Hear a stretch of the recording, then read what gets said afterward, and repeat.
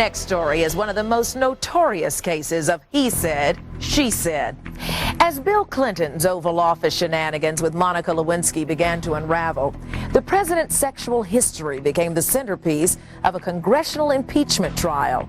The trail of alleged misconduct began with the accusations of a former government secretary by the name of Paula Jones.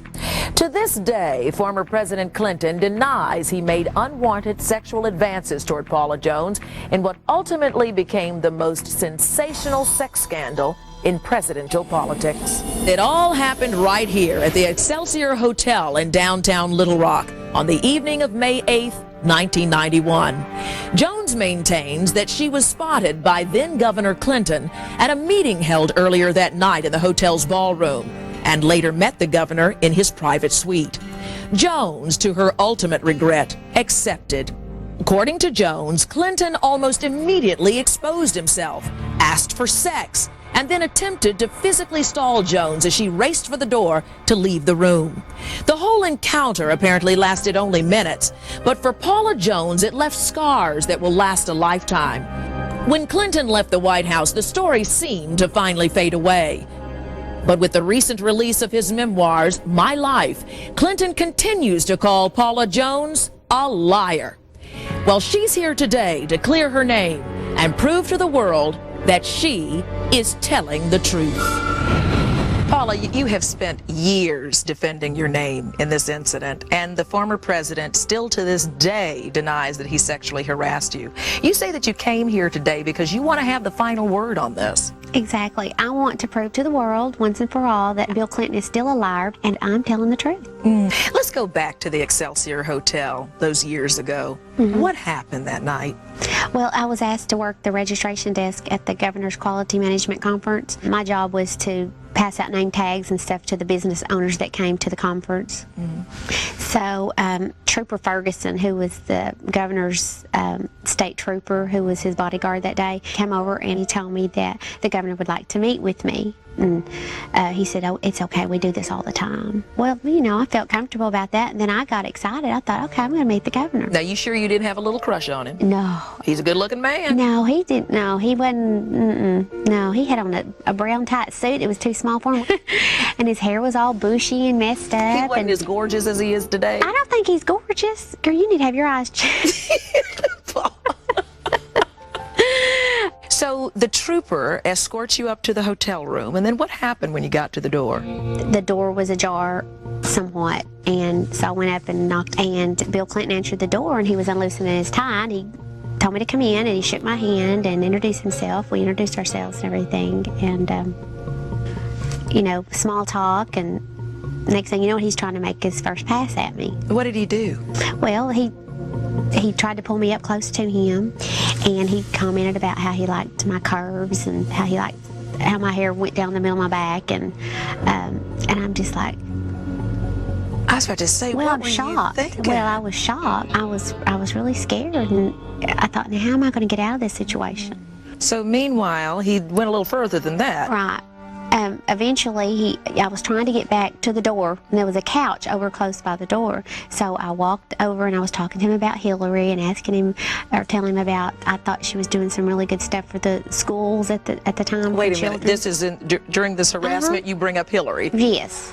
Hoping that he would think, okay, you know, I do have a wife. I'm married here, you know, what, do I need to be doing this or whatever? And the next thing you know, what, he sat down on the couch right beside me, pulled his pants down. Pulled his pants down? Yes, and exposed himself to me. All the way down. They were all the way down on the floor. He was fondling himself. Oh, my God. Yeah.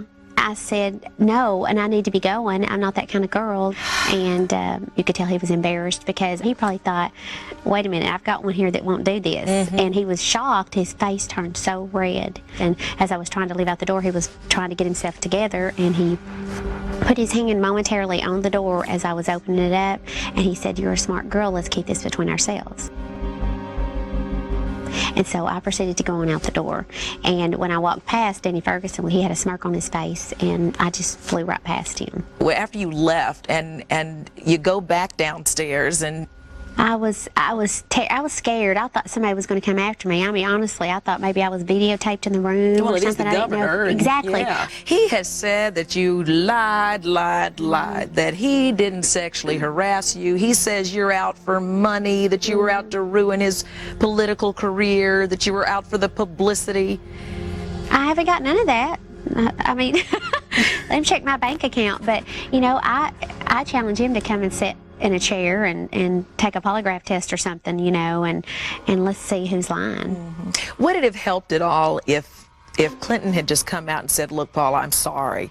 Would an apology have made a difference to you? Yes, it would have, because, well, for one thing, it would have proved to the world that, you know, he made a mistake. He could have been a man and spoke up and said that I did do something wrong, and I'm sorry that I did that.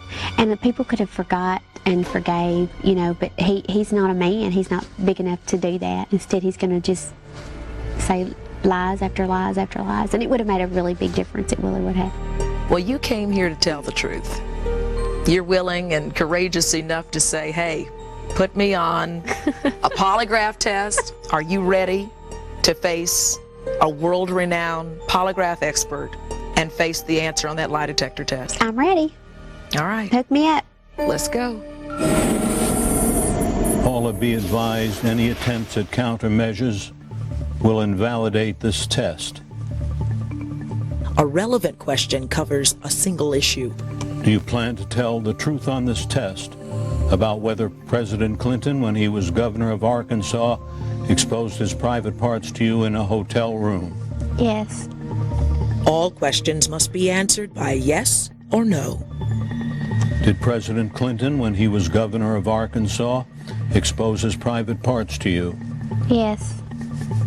We allow time between questions to ensure that we record all of the reactions.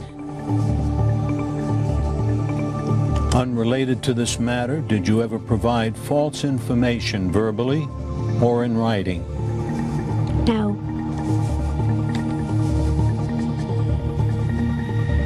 Did President Clinton, when he was governor of Arkansas, expose his private parts to you in a hotel room? Yes.